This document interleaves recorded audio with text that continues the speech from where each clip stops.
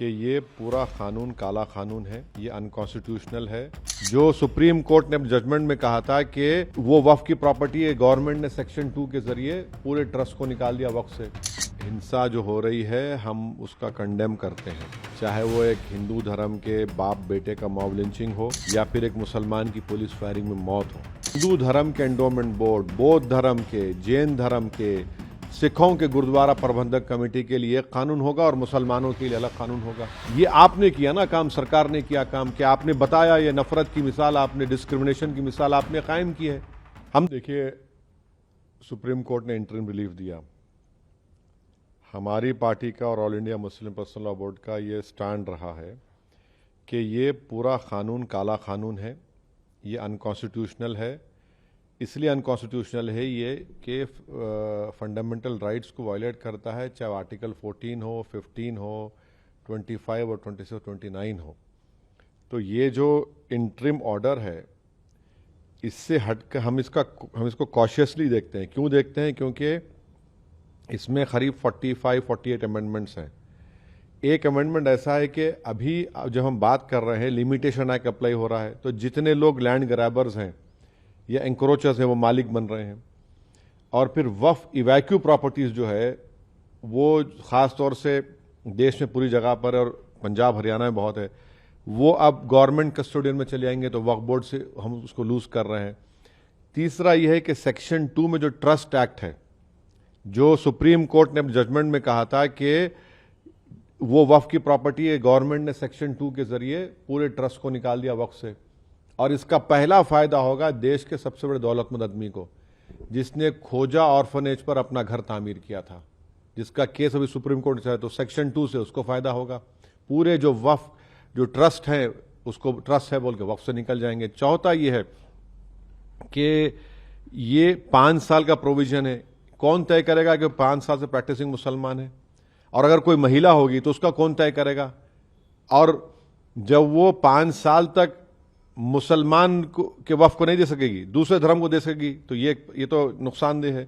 फिर government of India ऐसे rules बनाएगी जिससे वक्फ कमजोर होगा, वो फेडरलिज्म का भी वायलेशन होगा। कलेक्टर आज भी किसी मुतवल्ली को ऑर्डर दे सकता है कि भैया आप इस तरह का काम करो जो उस मुतवल्ली और उसके वाकिफ के खिलाफ होगा। अगर नहीं सुनेगा तो जेल को जाएगा। तो इसमें ऐसे कई प्रोविजंस है, सेक्शंस हैं जो वक्फ बोर्ड को खत्म कर रहे हैं।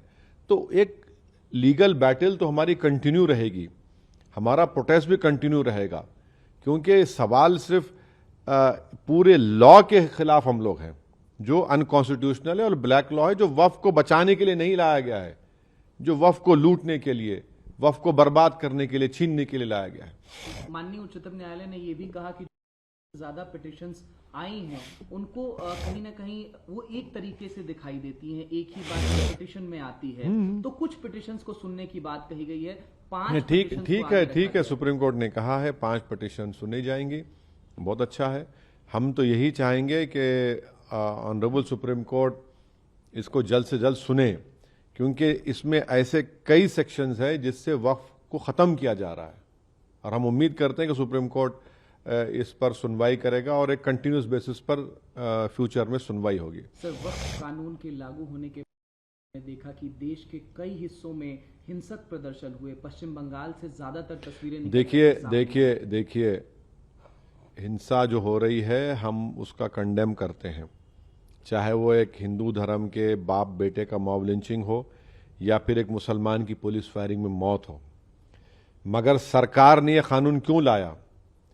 आपने इस तरह का कानून बनाकर भारत के सोशल फैब्रिक को वीक कर दिया।